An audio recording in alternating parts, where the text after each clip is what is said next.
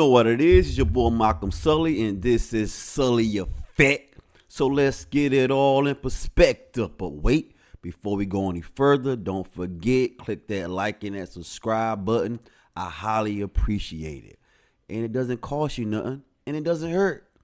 So just do it. Thank you. Yo. They got a saying, stupid is what stupid does, from Forrest Gump movie. And Pooh Shiesty has to be that. I mean, you just get out of prison on a gun case, shooting a gun at somebody. You do what, 4 or 5 years. You on the top of the world when you at this time. You get locked up. You come home. You drop one of the firest. That song First Day Out is so fire. I mean, that joint ain't number fire. You on top of the world again. You got a second chance. But what you do? You turn right around and rob Gucci Man and some of his boys or whatever, and make them sign a contract to get yourself out the contract that you already in while you on federal probation and house confinement with an ankle monitor. You gotta be the dumbest that ever lived.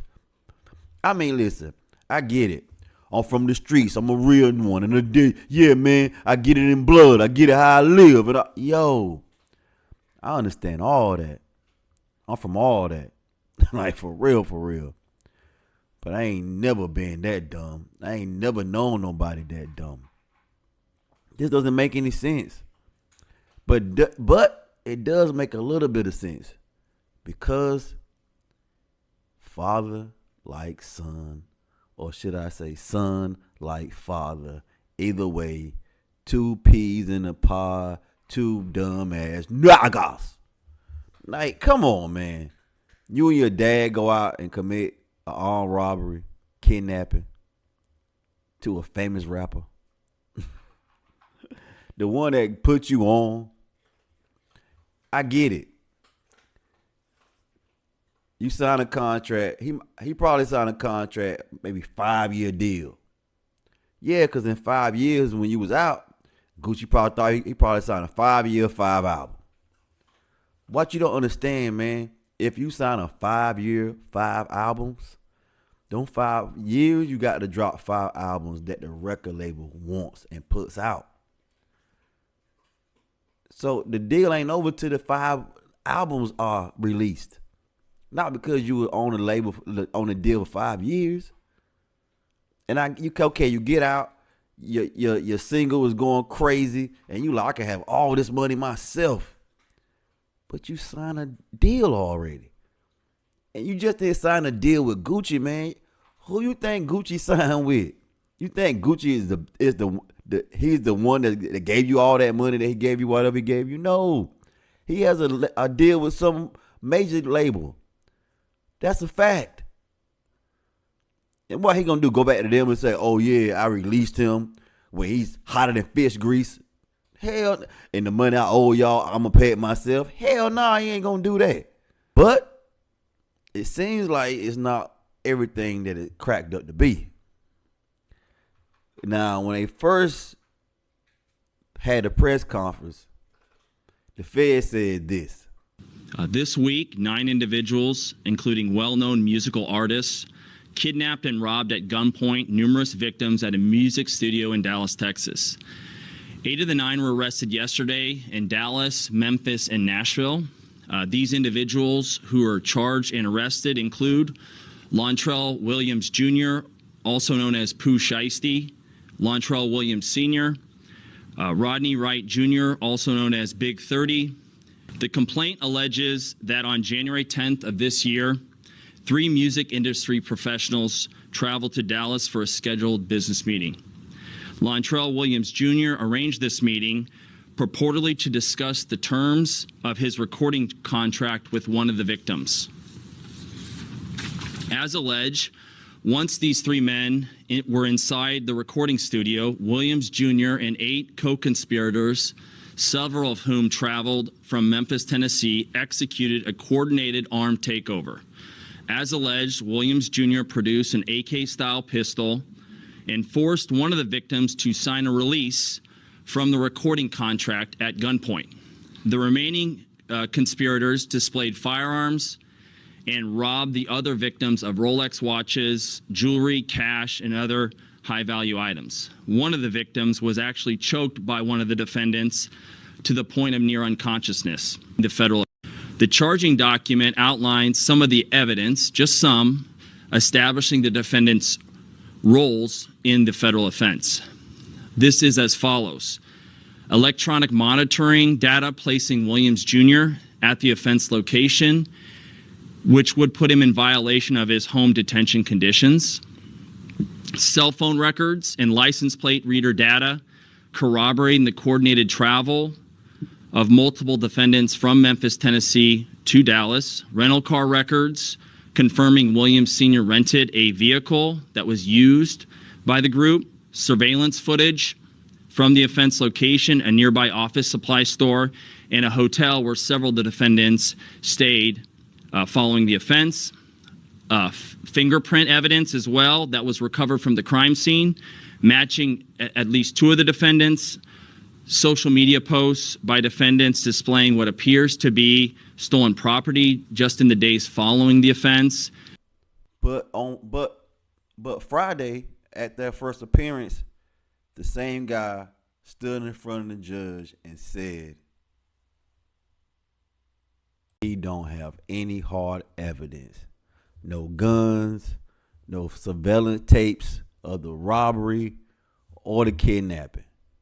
All he has is the off-duty police officer saying that when he was trying to get in the room and Big 30 fat ass was blocking the door, which is crazy, he could see guns pulled out. Is that enough? He is an off-duty police officer, and their word is way stronger than any victim, truthfully, or any co-defendant or any defendant. Like, a police say you did something, it's damn near gospel to anybody in the court system, and a lot of times to a jury. So there may be enough.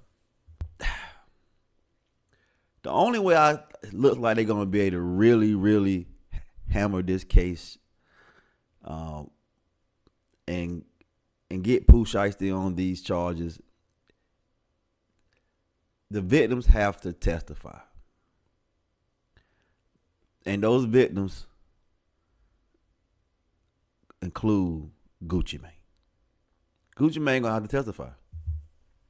Or he just going to lose Pooh Shiesty and with that deal and, save face.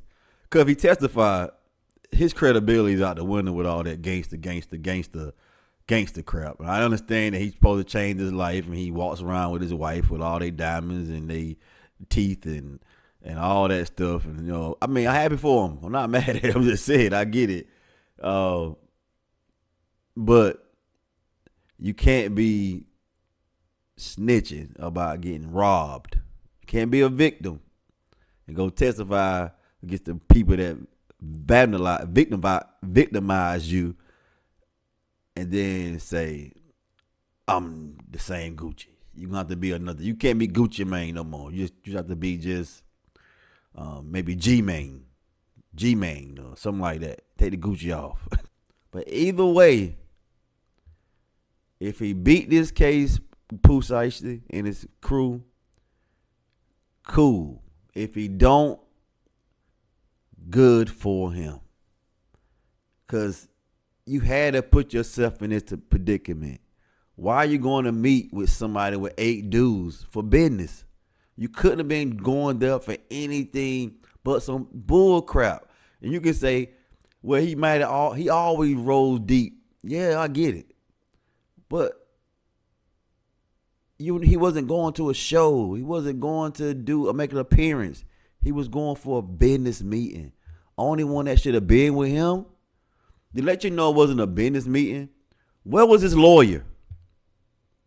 Where was his lawyer? If he had his lawyer with him, then this would make sense. But he didn't. He have his business manager, his lawyer, his accountant. No, he's had a bunch of dudes and his daddy going to talk about his contract. But, you know, what you think about it? You think Pooh Shiesty, that's the real one, and he did what he's supposed to do, pull out that thing on Gooch, sign a deal, Suge Knight, Big Red style, nuke? Or you think he dumb as hell like me? Yo, let me know. Don't forget, tell a friend to check me out on your boy Malcolm Sully, and I'm out.